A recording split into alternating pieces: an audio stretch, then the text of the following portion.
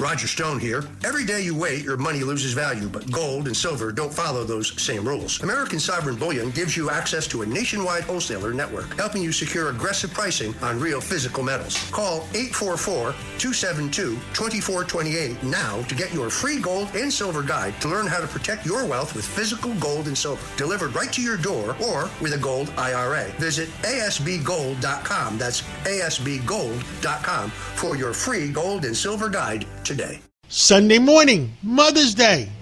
Well, what the heck is going on in Albany? I'm not sure mothers are happy because I'm not sure their kids are going to be any safer in the streets of New York City or New York State. Paul Zuber, what the heck is going on? Well, John, it looks like at some point we're going to get a budget agreement. Everybody in Albany thought there was going to be a budget agreement this week. The governor announced a budget agreement, and then the Speaker of the Assembly said, "Hold on, I didn't agree to everything that was listed out." So, that's the usual blow-up that happens during the budget. So I think the expectation is that either late next week or the following week they'll have a budget.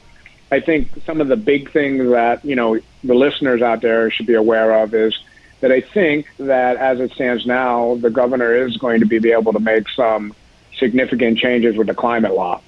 She's going to be able to kind of get rid of some of the mandates, it seems, and make them more of an interim targets. She's going to be able to make some changes into this process of how you determine greenhouse gas emissions, which will lower costs. And, I think it's kind of funny to me, John, that whole debate, because when word got out that there was an agreement, the environmentalists did all these videos, and they were pretty nasty about the governor and calling her in the pocket of big oil. And what I want to ask them is, well, who's out there protecting the working class? Because what was clear about the way this law was written was it was going to cost people more money, and it was going to cost people who least could afford it, which is the working class New Yorkers, more money. There were studies which showed that gas prices were going to go up an additional $2 on consumers, that if you had an upstate home, you'd probably have to pay additional $4,000 annually.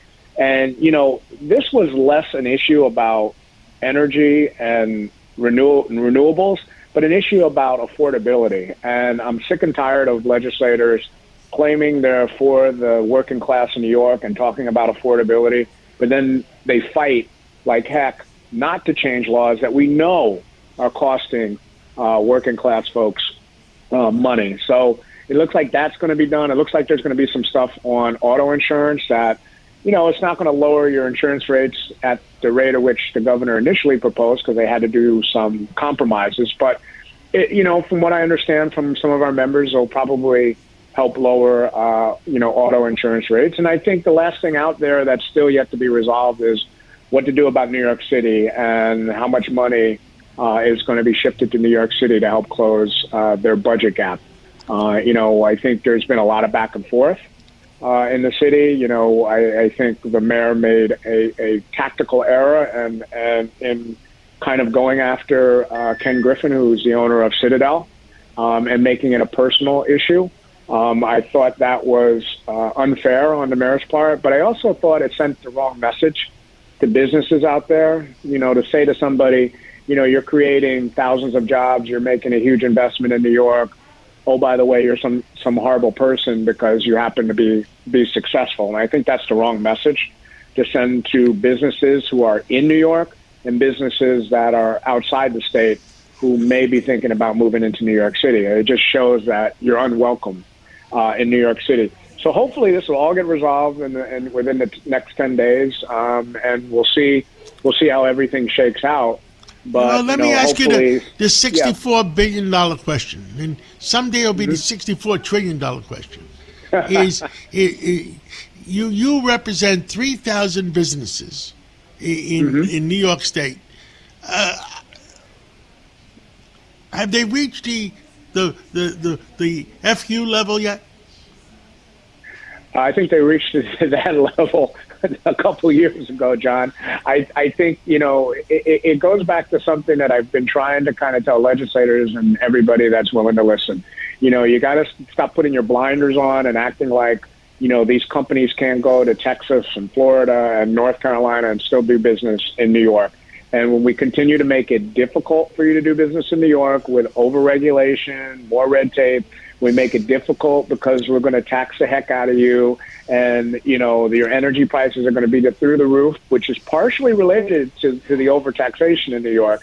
You are getting businesses saying, you know what, I can keep an office here, but you know what, I'm going to move most of my new employees to another state. And that's a very real problem. And a lot of companies have shrugged their shoulders and said, okay, we're going to do that. And I think we forget how important those businesses are to the revenue in the state, which actually supports some of these programs that the folks who are out there screaming tax corporations and tax the rich want government to support. So yes, to answer your question, yes, there is a level of anxiety that companies are. Has Ken Griffin reached that level? I can't speak for Mr. Griffin, but I think, just your opinion. Yeah, no, but my opinion is yeah. And I think not only him, but I think other CEOs out there, because clearly what they did was they targeted him. The mayor targeted him, and even though he's creating all these working class jobs because of the construction jobs, as well as important jobs to the city, and they're treating him like the redheaded stepchild, right? So if I'm him, I'm like, okay, maybe I follow through with my project, but don't expect me to put more into the city. And I think that's a very dangerous thing, and we got to be very careful about that, because there's a whole bunch of other states that are raising their hands and saying, hey, over here, if they don't want you, I'll take you. I think there's a translation in Florida. They say, come on down. come, John, we're very close to all our state chambers throughout the U.S., and Florida is told us they are directly marketing to companies to come to Florida. They've told us, they showed us the ad that they were sending around. So they understand it, and they understand that there's easy pickings right now because people are frustrated. And, we got to dig ourselves out of the hole. And part of it is getting rid of some of these regulations. And part of it is, eventually the governor held firm on the taxes, but eventually she's going to have to come back in the next couple of years and lower taxes. Thank you so much. And we'll catch up with you again real soon. All right. Thank you, John. Appreciate it. Happy Mother's Day. And have a happy family day today. All right. Thank you. 77 WABC and Bergen Newbridge Medical Center honor the life of legendary broadcaster and our friend, Ernie Anastas. Hi, it's Ernie Anastas. Your thoughts can affect how you feel. Bergen Newbridge Medical Center is the largest hospital in New Jersey, providing comprehensive, equitable, compassionate, and high-quality emergency inpatient and outpatient medical care, plus mental health services and substance use disorder treatment. The Bergen Newbridge team can address your total health needs in one convenient location. Call 201-225-7130 for an appointment or newbridgehealth.org. Hi, this is Alex Goldmark from NPR's Planet Money. We're really excited for you to listen to the Planet Money audiobook. It's a smart, fun guide to how economics affects every facet of your life, written and read by the hosts of the podcast. Come explore the hidden world of economics. The Planet Money audiobook is out now on Spotify or wherever audiobooks are sold.